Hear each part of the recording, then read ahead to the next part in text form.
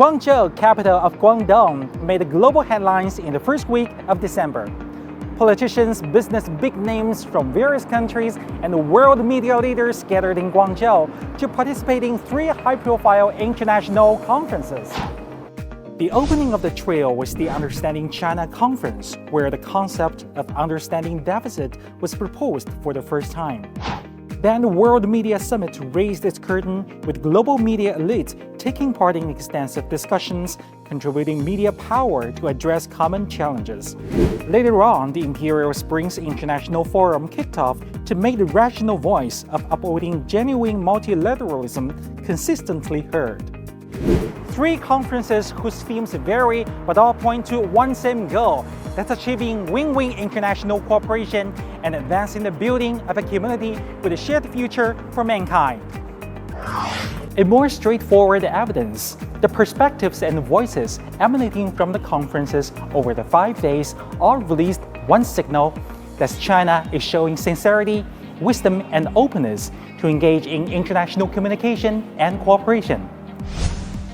中国和国际上的有识之士越来越深刻地感受到不同国家、不同文明之间严重存在着读懂识字是不利于相互之间的战略互信的。 I think it's a very specific situation on Earth at the moment. Yeah, we have a lot of geographic conflicts and wars, and so I think it's a question of how media can collaborate stronger in this situation. We have heard very important message from the President, President Xi Jinping. We heard a number of very important points relating to the future, relating to working out a model of a common future that we build together. We should all work for liberalization of communication. The presence of the international political and business heavyweights in these grand events is a clear indication of their endorsement of the China-proposed 3 initiatives and the concept of building a community with a shared future for mankind. It also underscored their concerns of a world in change. That's the common point for the 3 international conferences.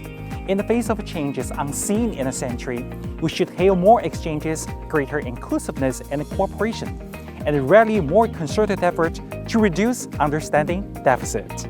So, why is Guangzhou the chosen one to host these momentous events? Indeed, this is not the first time Guangzhou has undertaken the mission of dialogue with the rest of the world. Over a century ago, it was in Guangzhou that the gateway to modern China's progress was opened, allowing China to open its eyes to the world and the world to gain a better understanding of China. In today's Guangzhou, the level of openness has reached new heights, and the city is a concentrated embodiment of the Chinese path to modernization. To comprehend China in the new era, one might start by understanding Guangzhou. The Guangdong-Hong Kong-Macau Greater Bay Area, a demonstration zone of 1 country, 2 systems, and 3 legal jurisdictions, has propelled institutional openness, achieving an economic aggregate exceeding 13 trillion yuan.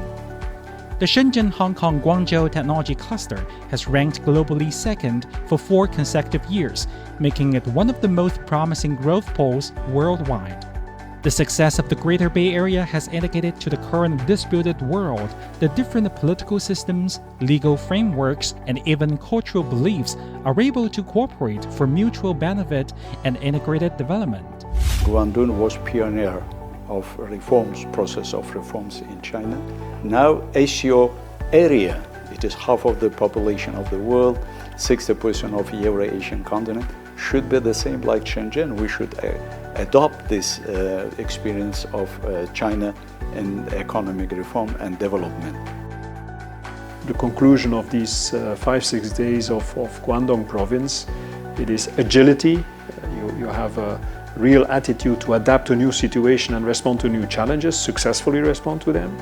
And then secondly is that this economy is now investing in quality, progress, quality. So that's very positive. Yeah. Just as Zheng Bijian said, if international conferences can more effectively assist the world in understanding China and the Communist Party of China, while also helping China better comprehend the world and changes of the century, then through sustained efforts, we can certainly reduce the understanding deficit on these three fronts. Achieving this would be a great fortune for China and the whole world. I think the Belt and Road Initiative is certainly an important pillar of China's foreign policy.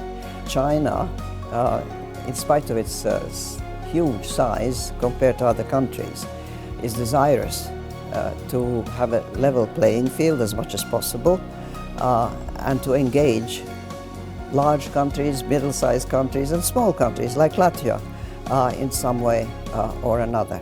The Chinese modernization, it demonstrated how a developing country could chart its own path to modernization.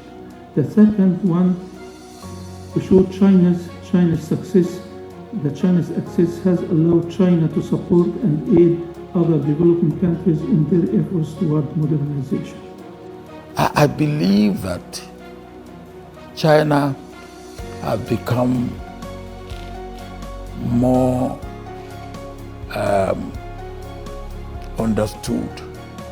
There's a saying in my part of the world that the sky is big enough for two birds not to collide and to continue to fly freely.